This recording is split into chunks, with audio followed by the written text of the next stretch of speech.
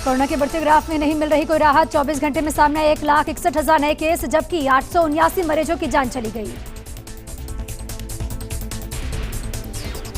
राजस्थान में बेलगाम हुआ कोरोना संक्रमण। आज फिर से राजधानी में मिले 989 नए पॉजिटिव केस। कल भी जयपुर में मिले थे 961 नए कोरोना के मरीज।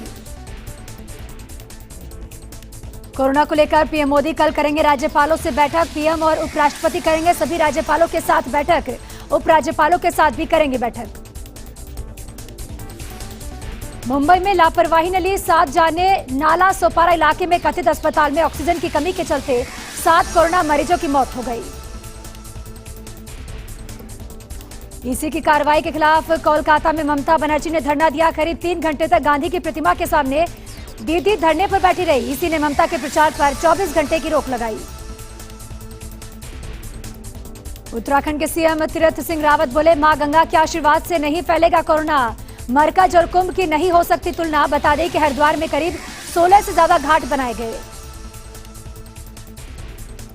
जलियांवाला बाग दिवस आज। स्वतंत्रता संग्राम एवं हमारे युवा विषय पर संगोष्ठी।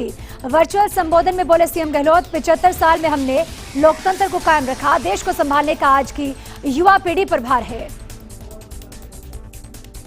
दिल्ली में एक दिन में रिकॉर्ड मामले सामने आए। बीते 24 घंटे में कोरोना के 11,491 नए मामले, जबकि 72 मरीजों की जान चली गई। केजरीवाल की मांग तुरंत रद्द हो सीबीएसई की परीक्षा। बिहार, यूपी, झारखंड, उत्तराखंड में कोरोना का विस्फोट। बीते एक हफ्ते में 300% तक मामले बढ़े हैं। बिहार में सब सप्ताह में कोरोना संक्रमण के 14,852 नए मामले, जबकि यूपी में पिछले सप्ताह की तुलना में मामलों में 281% की दर से बढ़ोतरी हुई।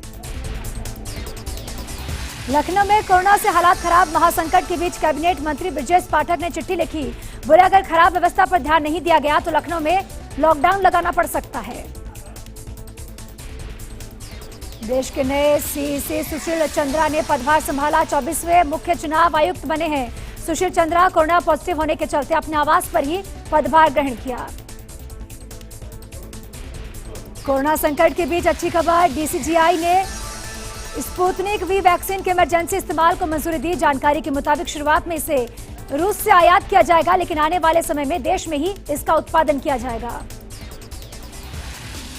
हमले से खफा ईरान। परमाणु संवर्धन केंद्र पर हमले की घटना के बाद ईरानी विदेश मंत्री बोले, यह हमला परमाणु समझौते को बचाने के लिए चल रही वार्ता को संकट में डालेगा।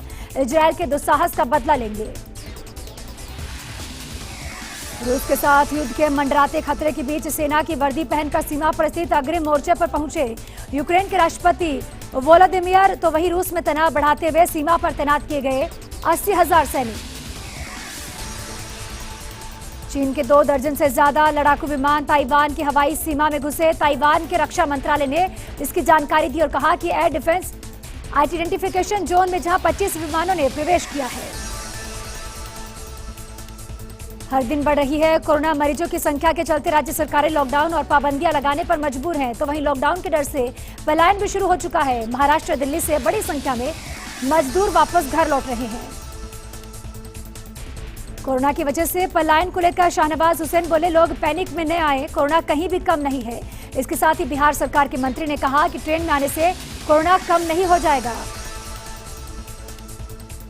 इटली में कोरोना की वजह से लगे प्रतिबंधों के खिलाफ सड़कों पर उतरे लोग। इटली की संसद के पास व्यापारियों का प्रदर्शन जारी है। कोरोना के चलते लगे प्रतिबंधों को हटाने की मांग की जा रही है। विधानसभा उपचुनाव के मैदान में आरोप प्रत्यारोप का दौर है, जहां महाराणा प्रताप पर कटारिया के बयान को लेकर मंत्री भंवर सिंह भाटी का भाजपा पर तीखा हमला। कहा, राष्ट्र नायकों का अपमान कर मांगते हैं माफी। जयपुर जिला प्रशासन की धर्मगुरुओं के साथ बैठक। धार्मिक स्थलों को बंद करने को लेकर सहमति नहीं बनी। अब जिला प्रशासन आखिरी फैसला लेगा।